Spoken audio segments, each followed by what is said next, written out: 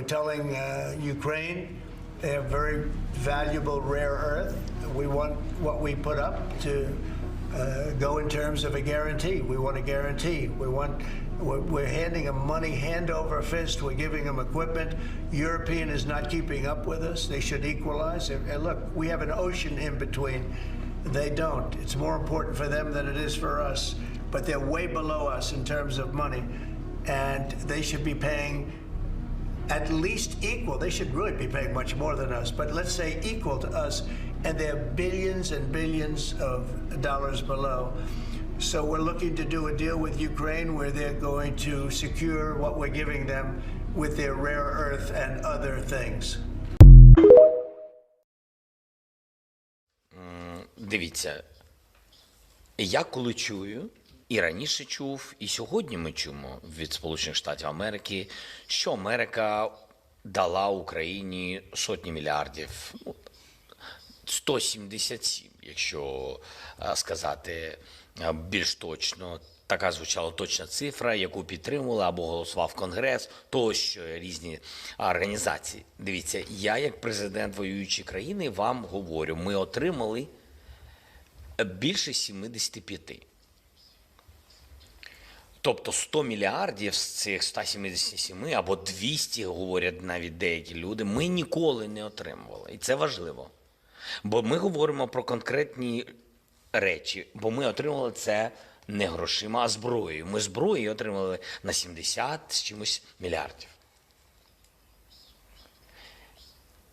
Є навчання, тренування, є додатковий транспорт, є не тільки ціну на зброю, були гуманітарні програми, соціальні тощо. Але коли говорять, що Україна під час війни отримала 200 мільярдів на підтримку армії тощо, це неправда.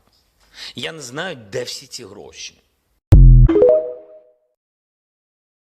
Yeah, and again, this is a story that just broke on you and me, so we don't have all of the details. But from the little that I read, it made it sound like if America is going to continue to help Ukraine, then there needs to be negotiating. And if you don't have money, what do you have? Rare earth minerals. Trump also seems to really want Greenland for their rare earth minerals. And I just have to wonder, Colonel, if that has to do with China shutting down the export of rare earth minerals to the United States. And so behind the scenes, they're saying, wait a minute, if we can't get them from China, we need to start getting them from other countries or other allies. I don't know.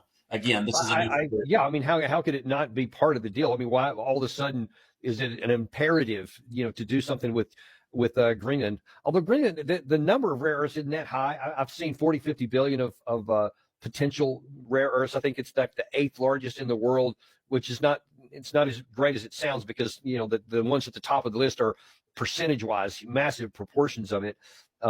But, we also have to look at, all right, why has China shut down a lot of its rare earth sent it to the United States? And is there anything we can do diplomatically to get that spigot back open again so that we can do business there, et cetera? Or if you can find alternatives in Greenland, then again, let's just work within the system that we have. Denmark is in control of it. The Greenland people have a say. If you want to do business with them, we can do that. But, I think it's going down a dark path if we start taking things. Yeah. President Trump didn't give a lot of details, but he said the ending of the Russia-Ukraine war is making a lot of traction behind the scenes. Do you have any details on that? And do you believe that Vladimir Putin is genuine about wanting to end the war? The second part first, 100% Vladimir Putin wants to end the war, and he would absolutely prefer to do it via negotiated settlement because he has incentive to get the war over so that they can end the loss of their troops and their bloodshed. And they can, instead of putting a lot of their economic energy and dependent or power onto military means, they can start doing it on things that can be sustained over long term. They can be doing more business, which is what they want to do, because this war is clearly a temporary situation, which they know they're not going to make it a permanent situation. But right now, they're diverting a lot of their industrial capacity towards things that have only a near-term outgoing capacity. They create all this ammunition, weapons, tanks, airplanes, missiles, all that. That doesn't generate any cash. That just creates outgoing missiles, bombs and that kind of thing. So they would much rather divert their attention and energy to making something that creates an economic return on investment. So the sooner they can get the war over with, the sooner they can divert some of their industrial capacity back to the long-term solution of making money. However, that comes at a significant caveat that national security is the top priority, even above economic prosperity for the Russian side. And the reason they went to war in the first place was because the West said that we're going to put Ukraine in NATO. And they said, no, that's not going to happen. We'll go to war to prevent that. So nobody needs to be under any illusions that whatever comes out of this, there will be no NATO for it, or Russia will simply keep fighting until they conquer Ukraine. And even if it took another year plus, they can do it. They have the capacity industrially, they have the manpower, and they could even, they've never even mobilized other than that first tranche in 2022. And if it ever got to it, if they ever started running low on troops, like if they didn't have enough, they could simply mobilize just like Ukraine did and to get into the forced mobilization. So, and there's no evidence that they're going to need to do that because they can still recruit enough people that more than offsets loss. I think the latest plausible figure I've seen is about 1.25 million active troops that Russia has at the moment, because they've lost, whatever the number is, probably 100,000 dead, 250,000 seriously wounded, which is insane numbers, a whole lot less than what is on the Ukraine side, but it's still substantial. But they have the manpower to offset those losses, and they're continuing to grow. They're like 300,000 or 400,000 larger now than they were when they invaded, and the overall quality of their force is higher. So if the West, and that means President Trump primarily, and Zelensky is honestly not really a player in this, I'm just being honest.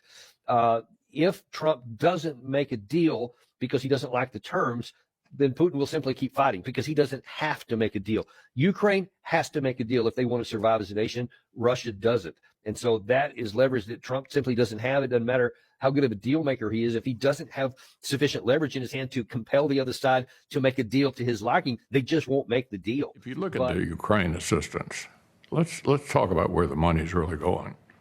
A significant portion of it's being spent in the United States, in 38 different states, replacing the weapons that we sent to Ukraine with more modern weapons. So we're rebuilding our industrial base. That's what President Biden's seeking to do. It's correct. No Americans are getting killed in Ukraine. We're rebuilding our industrial base. The Ukrainians are destroying the army of one of our biggest rivals. I have a hard time finding anything wrong with that. I think it's wonderful that they're defending themselves. And also the notion that the Europeans are not doing enough. They've done almost $90 billion. They're housing a bunch of refugees who escaped.